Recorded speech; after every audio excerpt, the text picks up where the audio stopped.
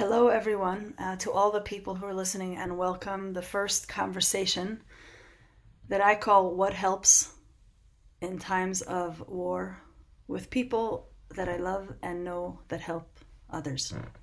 So today we have Mavis Karn. I call her a dear friend and a mentor and a loving force in our world. And the reason I wanted to have this conversation with you is because in the last I would say almost, I don't know, decade, 8 years or more that I know of you, the simplicity that you present of how to be in the moment with life, it snaps me out of whatever is going on and brings me back to a simple truth of, can I do something right now? And if yes, what it is, or I just need to sit down. And the simplicity that you share about the divine engineering we are created from is fascinating to me. I feel like it would be a gift to any person in the world to to hear it the way you share it, the way you see it. So yeah, that's how I want to introduce you. I mean, there's so much more to say because there's so many points of life that have been moved from you, from being in presence with you. But so I want to ask you, what helps in these kind of times? Okay. I love you. I had a I had a call from an old friend. I hadn't talked to him for a long, long, long time, and he ca- called to ask me a couple of things, but he also wanted to tell me that there was a story he heard me tell a long, long time ago about my granddaughter, and he said he must have retold it thousands of times. And I said, well, what story was that? And he said, and this is what he told, because I had forgotten this.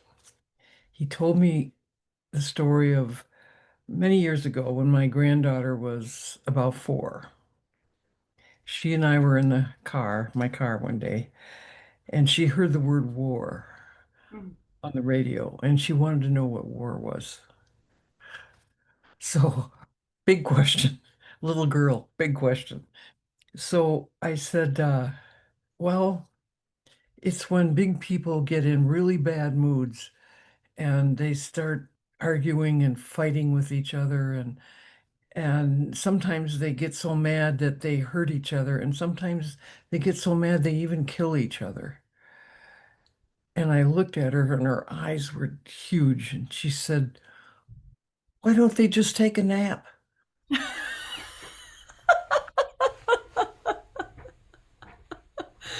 Now, to this day, I think that's the wisest thing I ever heard. I agree. Wow. And it was common sense to her. Because when she gets cranky or ornery, her mom is going to have her take a nap, and she feels better when she wakes up. It's not rocket science. The engineering in it is that us human beings were blessed with being able to create our own experience of life using the gift of thought to create that experience, plus the gift of sensation to let us know the quality of the experience we're creating. In other words, we can feel every thought we think physically. Every thought we think is also a physical sensation. So every feeling we have is on our side. It's letting us know this is how it feels to use your thinking the way you're using it right now. It's not condemning us, it's not judging us, it's not telling us what to do, it's not saying stop, start, go, quit, it's not saying anything. It's just saying this is how it feels to use your thinking the way you're using it right now. So again, every emotion, every sensation we have has our back. So speaking of war, it involves usually a great deal of fear on all sides. And I want to suggest to you that fear is not the enemy. Fear is a physical sensation that's letting you know that you are using your thinking to terrorize yourself. It looks like it's the war that's terrorizing us. It looks like it's someone else saying something, doing something that's terrorizing us. If that were true, everybody would always be afraid of the same things for the same length of time and for the same intensity. And we instinctively know that couldn't be true. So it must be the difference in the meaning we're making of what's going on outside of us, the meaning we're making of the bomb that just fell over there, the meaning we're making of whatever is happening on the outside.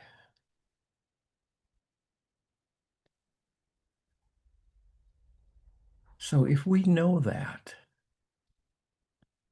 we also probably know and have the experience of when we notice we're afraid and we calm down, we can see the right next step. If fear is not the enemy, then it's there to say, shh. And when we're not afraid, we get smarter. When we're not afraid, there's room for inspiration, creativity,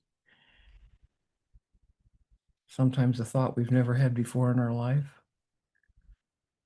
Many times I've heard stories of people who were in a dangerous situation and were afraid, and something happened and they cleared and did something they'd never done before to alleviate or change the situation, save themselves or someone else from harm. And they will describe it as feeling simple and ordinary until after everything was done, they started thinking about what could have happened. And then they got terrified, imagining what could have happened. It's probably familiar to a lot of people that will be seeing this. So wherever you are, whatever's going on outside of you, I can't think of anything more helpful than to realize that you are enough. You are made to be able to handle whatever comes up. If you understand that that's already taken care of, that you are made so well that you will be able to know what to do in a situation you have never been in, not by trying to know it, but by being still and seeing, aha, I know what I'll do.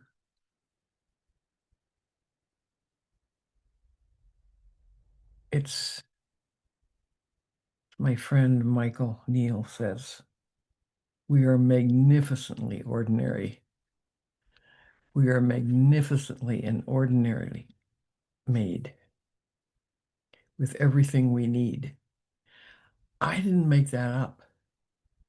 That's not some airy fairy, fluffy kind of way to look at things. That's divine science. We are a perfect part of a perfect whole. And war happens because we don't know that.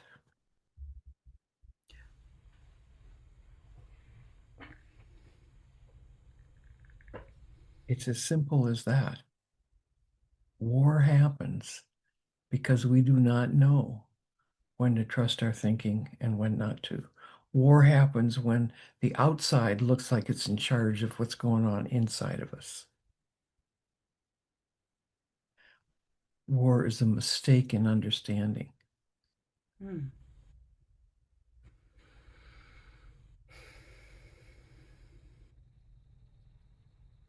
We don't come into the world warlike.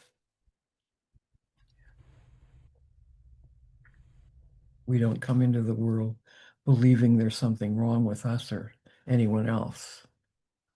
We're not little babies laying there thinking, "Oh man, I'm terrible. I'm bald and I'm not the right color and my parents don't have enough money and oh my God." And we come into the world finished, having everything that we need. We are not an unfinished project. We are not born to spend the rest of our life trying to make ourselves into a halfway decent person. That's already taken care of. We just didn't know that.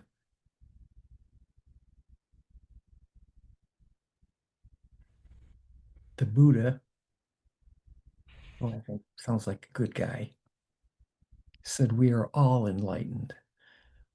And all of our suffering is because we just did not know that.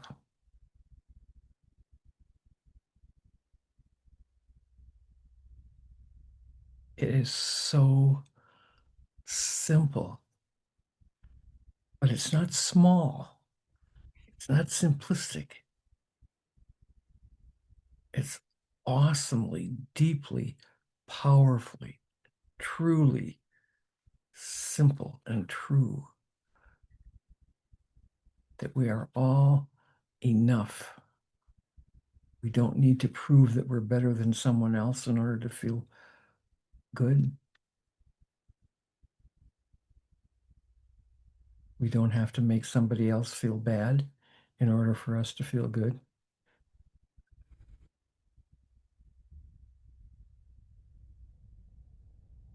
What if we all knew that? What if we knew there's so many different ways to be, and that's the way it's supposed to be? There's so many, there's so many different colors because who doesn't like color? There's so many sizes because who doesn't like sizes? Small and short and tight and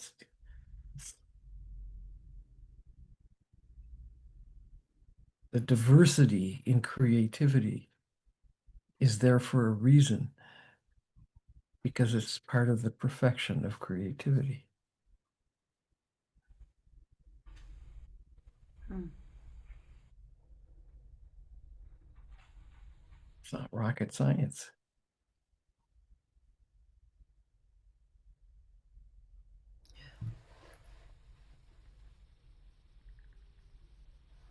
I don't pretend to know what's what it's like to be in a country, in a city that's being bombed. We have been on 9/11, we had a taste of that and it was horrible. But there are people around the world now that have good reason to wonder if they're going to be alive the next day. I don't know what that's like. I also don't know if I'm going to be alive the next day because I'm 86 years old. But I do know that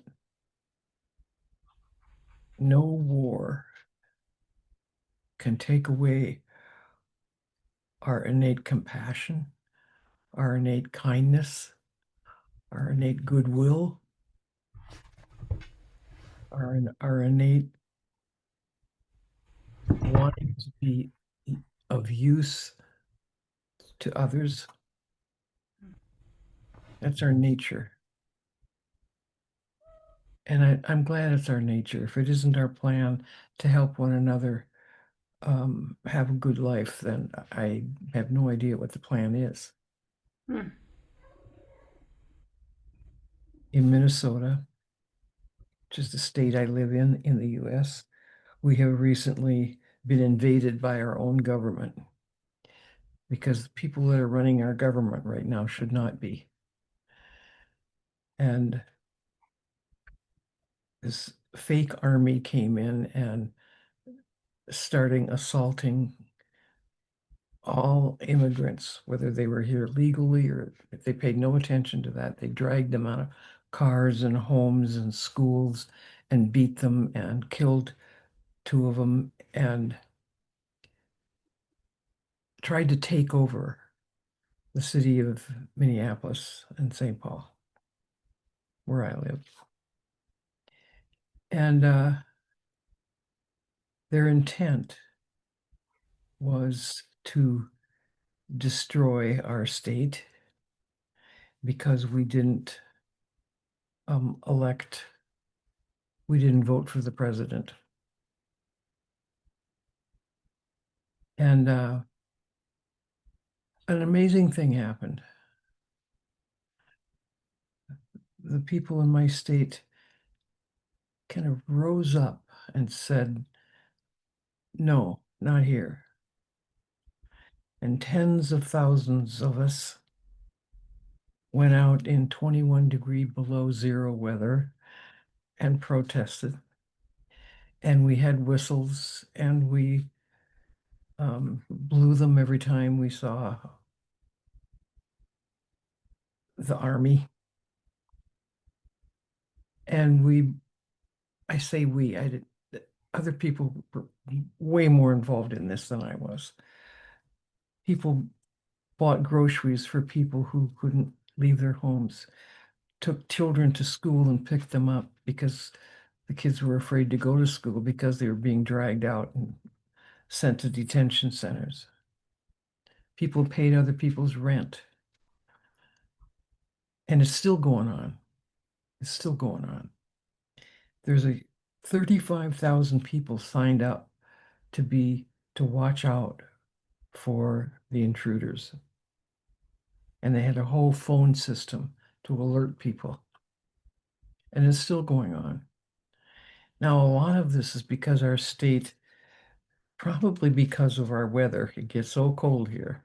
We have to help each other. We have to shovel each other out of snowbanks and help move stuck cars and so on and so forth. We're used to that. We're used to helping each other. So it wasn't a big step to do that in this case. Now that's a war of a sort, and I'm not comparing it to people who have bombs going off around them. But love and goodwill won out because in the end, the so-called government took most of the army away. There's still some, so we're still doing the same things.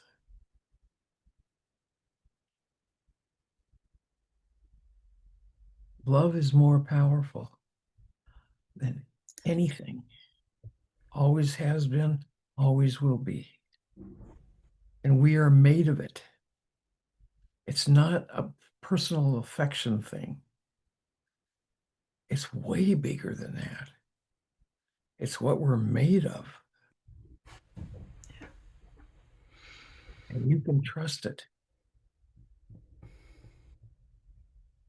because it's made of wisdom and common sense. And common sense is a sense of knowing that's common to everyone. There are no broken people, only people that don't know how well they're made. So they do broken things. They don't know when to trust their thinking. So they believe everything they think, and you can't stay out of trouble doing that. That's what happens. That's how wars happen.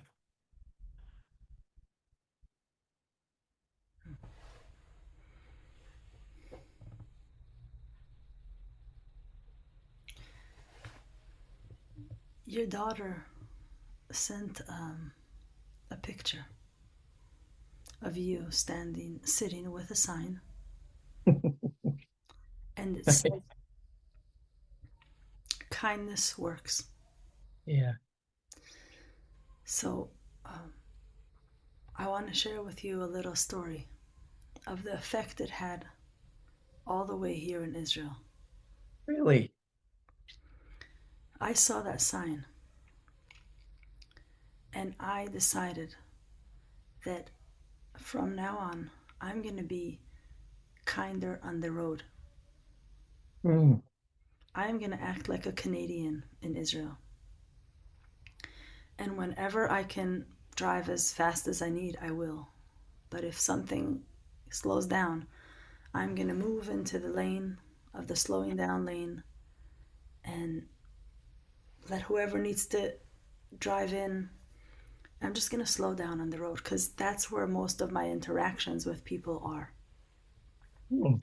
Because for where I live, about an hour, 90 minutes away from my parents, so I spend time on the road.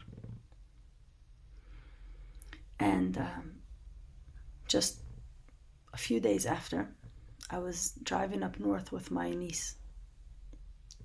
It was 6:30 in the morning, and a car stopped right in front of me, uphill. And there's something, when you said about that force inside, that love that we're made of, I had to make a right a curve and not to bump into her because she was just stopped on the highway. So I swerved to the right, and something stopped me. And I knew that I just have to stop the car. I put my car in park, and I remembered, this is your job. And you said that whenever you'll need to stop on the road, when something will be here, no matter where you're going, you're going to listen. And I stop the car and I see an animal that was hit on the road. Mm. And it's still moving. That lady didn't hit it, but she saw a car that hit it and drove off. And it wasn't anything, I didn't think about it. It was just like I turned the car off, I pulled up the brake, and I walked out and I walked to the woman and I tapped my hand on her shoulder and I said, whatever you need, I'm here with you. And she was hysterical. This dog was hit and they ran off, and I know that that I can't get into that head because I won't be able to help you. So I stayed in my quiet space and I just said, I'll be with you in a moment. And something moved me to this dog. And I put my hands on this dog. And the face he had was, tell me what happened to me. Why can I not move? And I know that face. I know how it feels. And I put my hands on this dog. Oh, this dog was like furry, full of life. Big dog. And I just started talking to it like, it's okay, I'm here. Like, whatever you need will help you. And it was in nature, so it was like I just started saying these things, and the moment I put my hands on this dog, I can feel all his bodily functions just quiet down. And I knew that that was the end. And tears flowed, and I was just in this situation. It's kind of created this quiet and this kindness that I took on to be there for whoever and whenever in that moment when I'm there. Only later in that day I heard all the cars that were honking and yelling at me, like, get out of the way, it's 6 o'clock in the morning, I gotta get to work, because it was there, but I didn't hear it. I was there. So that effect that you did what you had to do, I know it affected me where I am. So I don't even know, I'm not trying to say anything, just that if we are open to be affected by who we really are, we will be. May I ask you something? Yeah, yes. What do you make of that happened?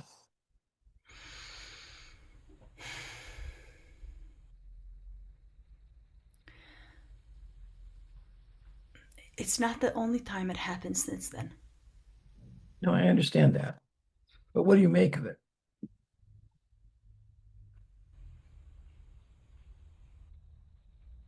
What do I make of it? Maybe I think I need you to explain me the question in Hebrew. But what I think I make of it is just being in life and being able to do what needs to be done and being there for each other. And this is a life part of life. This dog was part of life. So, what I would say about that is that those things happen to us, and it's tempting to think that they're kind of magical and rare. And I would like to name it something different. I would like to say it's the magnificent ordinariness of us just being us.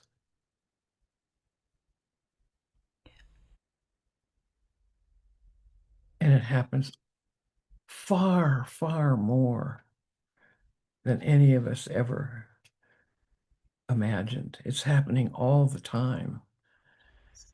It's just,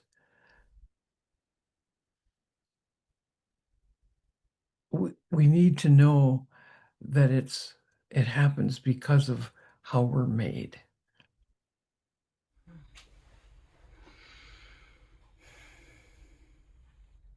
That it's not something you have to learn. No. It's not something that you have to acquire, that it is built into you.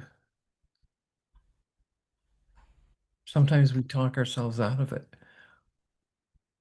It's like that picture you're talking about. I hadn't known my daughter put put that out there. That was at a protest thing that it was very, very cold. And I know when you see me on Zoom, you've seen me in person, so that you know that I have kind of a hard time getting around. And that's getting harder and harder, which doesn't matter at all because I'm 86. But um, on that day, there had been a lot of snow. And so I knew that I was going to go to this protest. And I told my daughter I was going to go, and she, oh my, she's worried about her old mother getting shot or something or other. But I said, well, I'm gonna go. If you want to go, fine. But I'm gonna go. I know that there will be people there that will help me if I need it.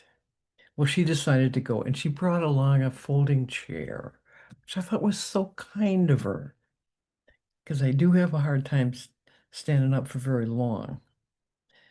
And we got there, and there are all these snowbanks in the way, and people came over and helped me over these snowbanks and helped me find a place to set up the chair.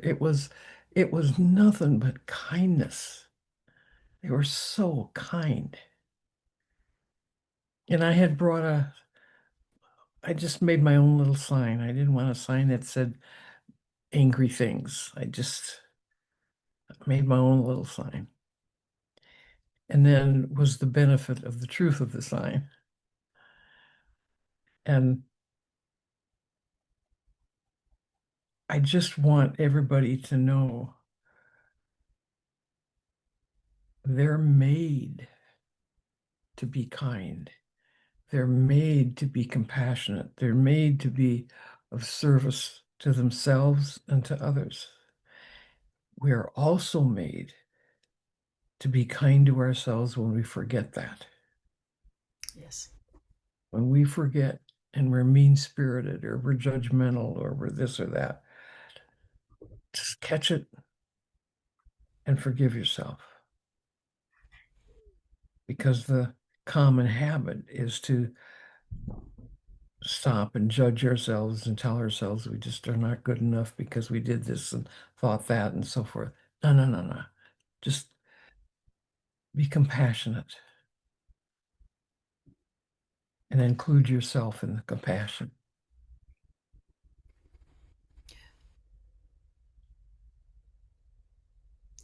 I think that I remember I was a child who just did those things all the time.